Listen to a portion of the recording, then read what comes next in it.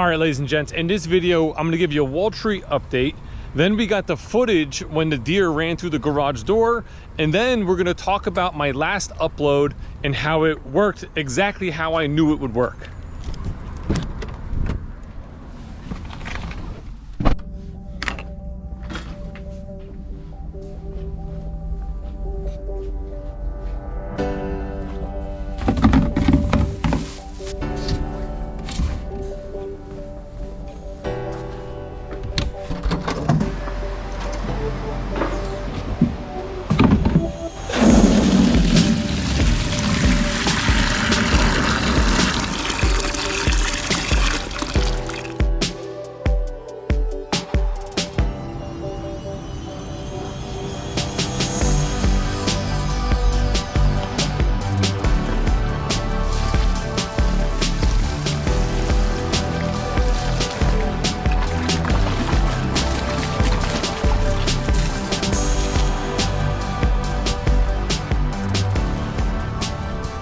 A lot of people in my comments always ask for an update on wall tree.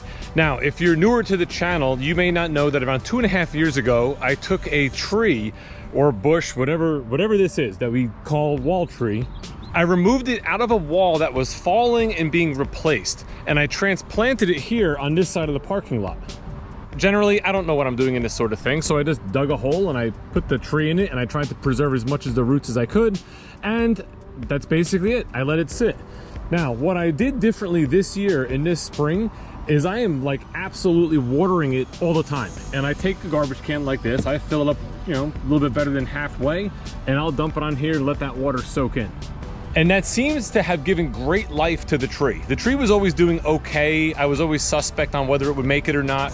But now it is just thriving. And I think it's because I'm just flooding it with water. And the reason I decided this year to water it so much was because when I took it from the other side of the property, out of that crack in the wall, that was where all the water flowed. So anytime it rained, all the water that built up on that side of the parking lot flowed through the cracks in the pavement and into that section, into that wall where this tree was. So I assumed it was getting like a tremendous amount of water every time it rained. So I decided this year to just make a conscious effort to water it a lot, especially on days like today when it's gonna be 95 degrees outside and it's not gonna rain.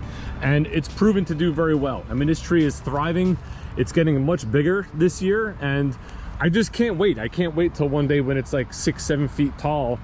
If it grows to that tall, that height, I don't really know what kind of bush or tree this is, but you know, just an update for you for those who were interested. Wall tree doing very well. About 5 or 6 deer just came running right through the white pines over there, came straight down.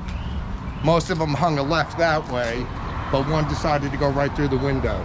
Ducked low. And it ducked low, came through the window and into the shop.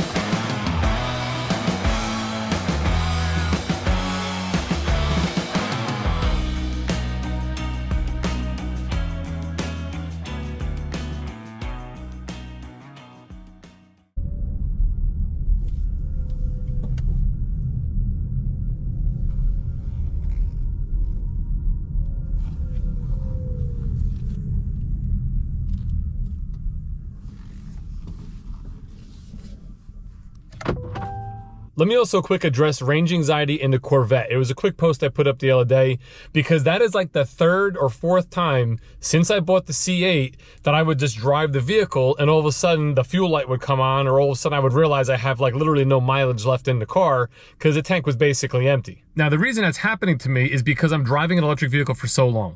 And if you actually own a vehicle that's electric, you probably know exactly what I'm talking about. You never look at your range. Right now, I have 111 miles to go. I'm at 33%, which is more than enough for me to get around for the rest of the week. But since I have some time today, I'm gonna plug the car in and I'm gonna fully charge it. So in my daily life and in my daily driving, I always know I'm always gonna have enough because the car is literally always topped off. With the gas vehicle, the C8, and again, this is me personally, I don't drive the car all the time, and I'm so used to not looking at a fuel gauge or not worrying about it that I tend to just get in the car, start it, and go wherever I'm going, and then all of a sudden I realize, oh, I gotta find some fuel. Okay, we're plugged in. It took a couple of seconds, and in 1 hour, 53 minutes, the car will go back up to 100% from the 33% it's currently at on this particular charging unit. Now, let's go talk about my last video. That last video I uploaded did exactly what I knew it would do. The question is, should I make videos like that and market them in the way that I did to get more views, or do I continue to do things just the way I was doing them? I think all content creators at some point come to this challenge, this debate in their mind, right? Because if you look at what I did there, I put a video up that took me maybe 2 hours to create. I walked around a parking lot for about 20-25 minutes taking footage there. I sat in this office for maybe 20 minutes taking footage in here, and then I went home and I edited the video, which took me maybe 30 minutes, 40 minutes, something like that. So let's call it 2 hours of work to put a video up where the views are 3.1 times higher than normal. Now, why are they higher than normal? Well, I used a clickbaity title, right? The car market is done. I also used words that seem to be like keywords in the industry of YouTubers talking about the car dealership business and the car dealership world these days, which was dealers are overflowing with inventory, repos are through the roof, they're done, it's over. What does that title tell you? That title tells you doom and gloom. And for some reason, you click on doom and gloom. And that's where the quandary is, right? Because what does the content creator do? I made this video and currently we're 2 days in from when I uploaded it and I'm about to cross over 30,000 views.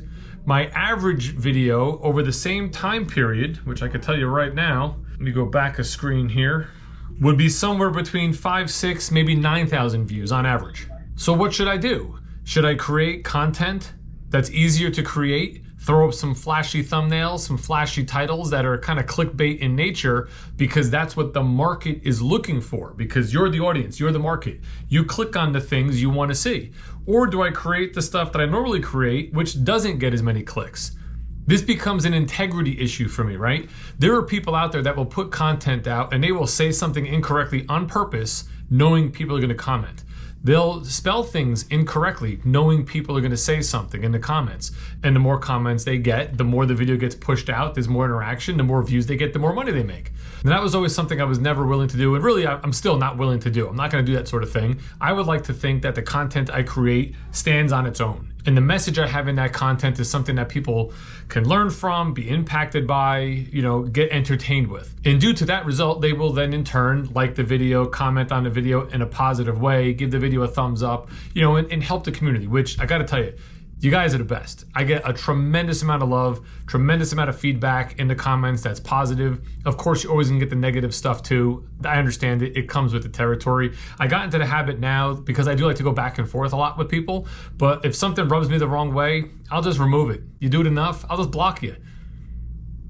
My whole goal is to try to put positive information out there, positive content, and get positive feedback. And I'm gonna continue to do that. But I wanted to point out and show you that maybe this is why these people do this on YouTube. Because if you look at YouTube like a business, you're trying to make money and the money comes from views. So this particular video that I put up, if we take a look, in the first 24 hours the video was live, it got 18,000 views, which equaled, for me, $143.54. Now, it only took me like 2 hours to create the video. So if you divide that by 2, that means I was getting paid $71.77 per hour for my work involved in creating that video.